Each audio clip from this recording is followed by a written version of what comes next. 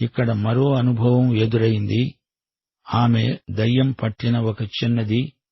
దయ్యాలను వెళ్లగొట్టే అధికారం దేవుడు అపొస్తలులకిచ్చాడు. దయ్యాలున్నాయి, జాగ్రత్త. ఆమె ఒక బానిస పిల్ల. సోదె చెప్తుంది. ఆమె యజమానికి ఎంతో లాభం గడించి పెడుతోంది. ప్రభువైన యేసుక్రీస్తు నామమున పౌలు దయ్యాన్ని గద్దించి వెళ్లగొట్టాడు. పౌలు వల్ల యజమానికి ఎంతో నష్టం వాటిల్లింది. తమ లాభ సాధనం పోయింది. వారు పౌలు మీదికి, ఆయన బృందం మీదికి ఎగబడ్డారు. ఫిలిప్పి ఒక రోమను వలస కేంద్రం. రోమను విగ్రహాలను వీరు పూజిస్తారు. పౌలు, ఈయన మనుషులు మన సంస్కృతిని, మన సభ్యతను రూపుమాపాలని వచ్చారు అని చెప్పి వారిని బాగా కొట్టారు. ఆ పళాన వారిని చెరసాలలోకి తోసివేశారు. వారి కాళ్లకు బొండవేసి బిగించారు. అర్ధరాత్రి వేళ వారు పాటలు పాడసాగారు. చెరసాల పునాదులు అదిరేటంతగా భూకంపం వచ్చింది. చెరసాల తలుపులు బార్లాగా తెరుచుకున్నాయి. ఫిలిప్పి చెరసాల నాయకుణ్ణి ఒక్కసారి చూడండి. ఖైదీలను గురించిన బాధ్యత అతనిదే. తలుపులు తెరుచుకుని ఉన్నాయి. ఖైదీల సంకెళ్లు తెగి కిందపడ్డాయి. ఇంకేముంది, ఖైదీలు పారిపోయారు అనుకున్నాడు అధిపతి.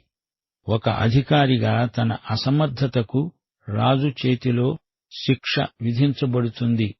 తాను చనిపోవడం మంచిది అనుకున్నాడు.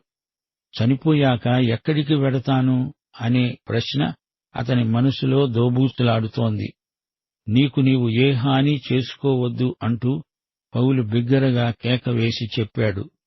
అతనికి నిత్యత్వమును గురించిన ఆలోచన మొదలైంది. అయ్యలారా, రక్షణ పొందడానికి నేనేం చెయ్యాలి? దీనికి క్లుప్తంగా, సూటిగా పౌలు జవాబిచ్చాడు. ప్రభువునందు, యేసుక్రీస్తునందు విశ్వాసముంచు. నీవే కాదు, నీ సాక్ష్యం ద్వారా నీ ఇంటివారు రక్షణ పొందుతారు. అధిపతి తన ఇంటివారి పక్షాన తీర్మానం చెయ్యగలడా? అది కుదరదు. సాక్ష్యమివ్వగలడు. అప్పుడు ఇతరులు యేసును నమ్ముకుంటారు. ఒకడు మరొకరిని ప్రభువు దగ్గరికి నడిపించాలి.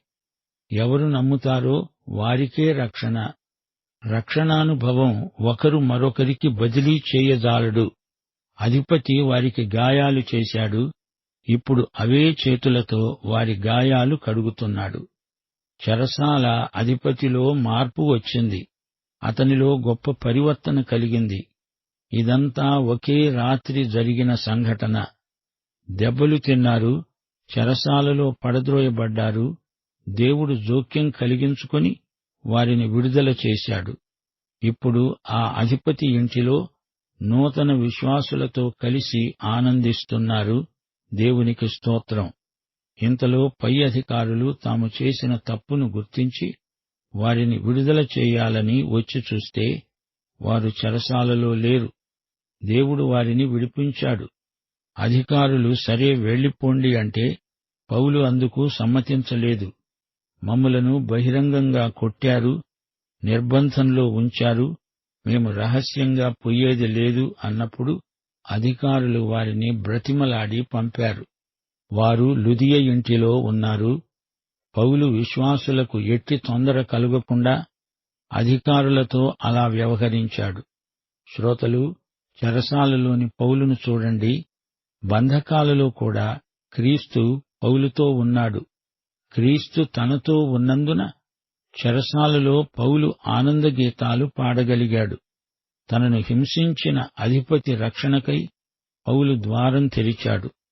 తనను బాధపెట్టిన చెరసాల నాయకునికి తాను ప్రేమ సందేశం బోధించాడు.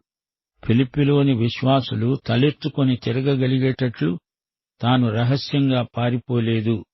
కుందాగా, అధికారపూర్వకంగా అధికారులతో మాట్లాడాడు. చెరసాల అధిపతిని చూడండి. అతనిలోని పరివర్తన అతని ప్రవర్తనలో కనిపించింది. దైవదాసుల గాయాలు కడిగాడు. వారికి మంచి ఆతిథ్యమిచ్చాడు. అతని క్రూర హృదయం ఎంతగానో మెత్తబడింది. అతని రక్షణ అతని హృదయ పరివర్తనలో ఆరంభమై అతని దృక్పథాన్ని, వైఖరిని, చర్యలను మార్చివేసింది. ప్రియ సోదరా, సోదరి, ప్రభువైన యేసునందు విశ్వాసముంచితే చాలు, నీవు నీ ఇంటివారు రక్షించబడతారు. దీనికి నీ తీర్మానమేమిటి? పాఠం సమాప్తం.